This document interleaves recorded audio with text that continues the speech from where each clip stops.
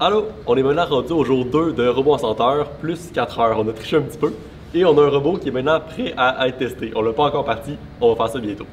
Jusqu'à présent, ça s'est quand même bien passé. On a pris déjà un petit peu de retard sur l'horaire. Fait qu'oubliez pas de vous laisser du lousse dans votre planification de saison parce qu'il va y avoir des problèmes quand vous allez essayer de tout mettre ensemble.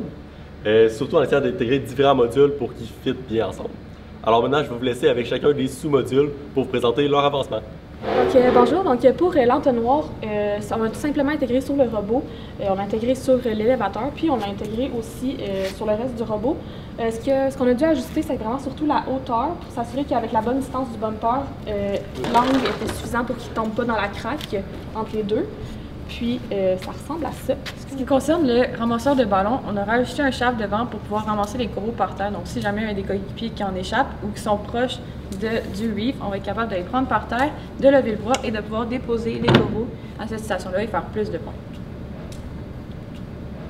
On a fait un système pour pouvoir climber dans le deep. Ça se divise en deux parties, on a des alternatives. Premièrement, on va commencer par lever le robot. Donc pour ça, on a fait un système de piston qui va venir pousser et lever le robot.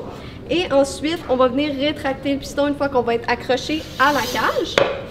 Et dans le fond, pour faire ça, on va avoir la cage qui va rentrer dans le robot pour que quand on se lève, la cage, si on lève trop haut, elle viendrait avec nous.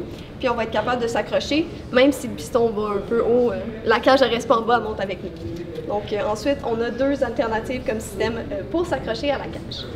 Alors comme premier système de préhension, on a cette contraption-là qui vient s'emboîter dans la cage et après qui vient la serrer avec des cordes.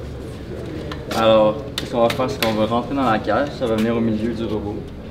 Ensuite, on va faire monter avec le piston tout le robot. On va venir serrer sur la cage, on va faire remonter les pistons et normalement ça devrait tenir. Avec nos tests, elle a tenu au moins 140 livres, alors on devrait pouvoir tenir le robot. Notre troisième option, c'est un aimant, lui évalué pour environ 300 livres. Selon nos tests, on a évalué qu'il faisait au moins 220 livres, donc c'est largement ce qu'il faut pour le robot. L'objectif, c'est que l'aimant passerait en plein milieu. Prenons le cas du piston. Quand le piston va lever tout le robot, l'aimant va aimanter et on va être tenu bien fort. Le plus possible, ce serait que l'aimant soit juste à côté du boulon.